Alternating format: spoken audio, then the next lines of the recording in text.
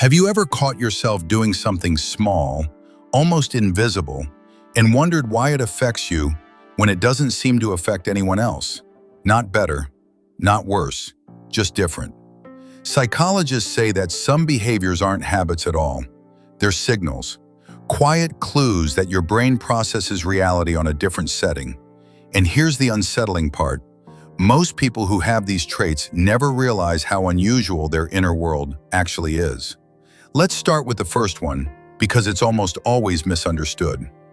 You feel overwhelmed by ordinary environments, not chaos, not concerts, normal places. A grocery store where every sound feels amplified. An office where the lights seem to buzz inside your head. A room where conversations don't fade into the background, but all demand attention at once.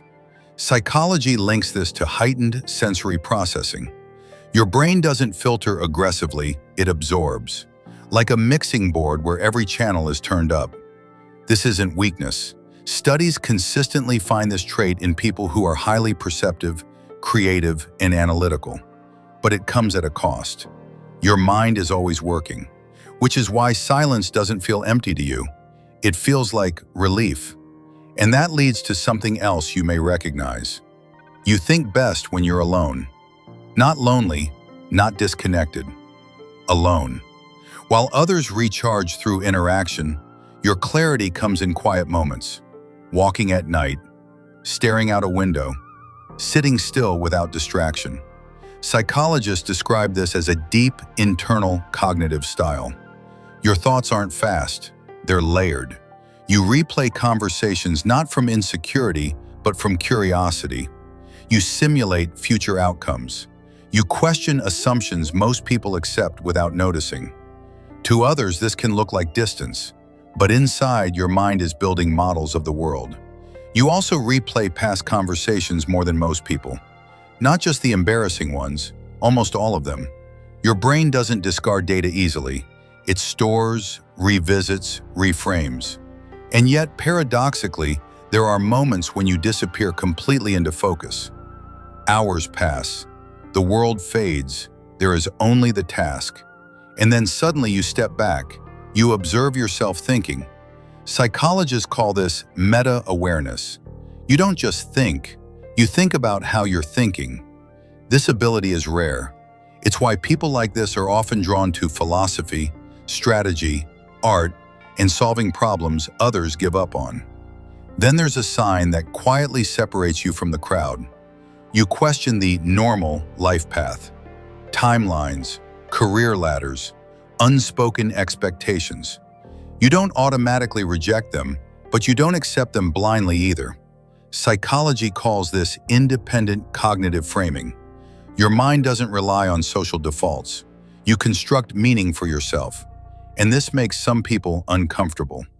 They may call you too deep, too intense, or overly analytical. But the truth is simple. Your brain isn't optimized for conformity. It wasn't built for it. And finally, the hardest one to explain. You often feel slightly out of sync with the world. Not disconnected, not superior, just off rhythm. Like you're hearing the music a fraction of a beat early or late. You sense things before they happen. You understand emotions more deeply after they've settled. You often need distance before clarity arrives. Psychologists refer to this as asynchronous processing. Your mind isn't slower or faster. It runs on a different timeline. It can feel isolating, but it's also why people like you notice problems early, question broken systems, and see quiet truths others miss. So if you recognize yourself in these patterns, understand this. There is nothing broken about you. Your mind wasn't built for shortcuts. It wasn't built for surface-level thinking or easy answers. It was built to see more and to feel more, even when that comes with weight. The real question isn't whether your mind works differently. It's whether you've learned how to live in a world that wasn't designed for it. If this felt personal, you're not alone. Share your thoughts in the comments. Sometimes the quietest minds have the most to say. And if you want more psychology that goes beyond surface explanations, like and follow the channel, because understanding your mind is the first step to finally trusting it.